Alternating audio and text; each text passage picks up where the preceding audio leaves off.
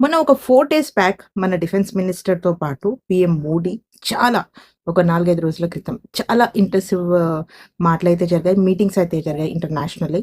చాలా సీఎమ్స్‌తో కూడా ఆయన మాట్లాడారు. బికాజ్ వెనక నుంచి వస్తున్న సమాచారం ఏంటి అంటే, ఇదంతా ఊహాగానం కాదు, క్లారిటీ కాదు. బట్ వెనక నుంచి వస్తున్న సమాచారం ఏంటి అనంటే, పాకిస్తాను ఏదైతే మనము ఆపరేషన్ సింధూర్ చేసిన తర్వాత మన మీద చాలా చాలా ఎందుకంటే మనము మెయిన్ క్యాండిడేట్‌ని ఎగరేసామనమాట. చంపేసాం అక్కడ.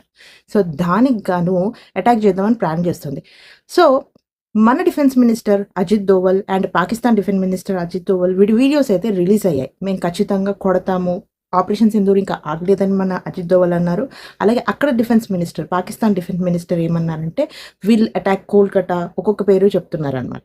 సో, దానికి గాను ఇంకొక లింక్ వచ్చిందండి. లక్నోలో నలుగురు టెర్రరిస్టులు దొరికారనమాట.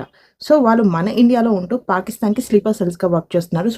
సోషల్ మీడియాలో పాకిస్తాన్ వాళ్ళతో అటాచ్‌లో ఉన్నట్టు తెలుస్తుందనమాట. సో, ఏటీఎస్ వాళ్ళు అరెస్ట్ చేశారు. ఇదంతా జరుగుతున్న సినారియోలో వారొస్తుందా అంటే పాకిస్తాన్ కనుక మన మీద అటాక్ చేస్తే ఇండియా ఖచ్చితంగా నోరు మూసుకొని ఊరుకోదు.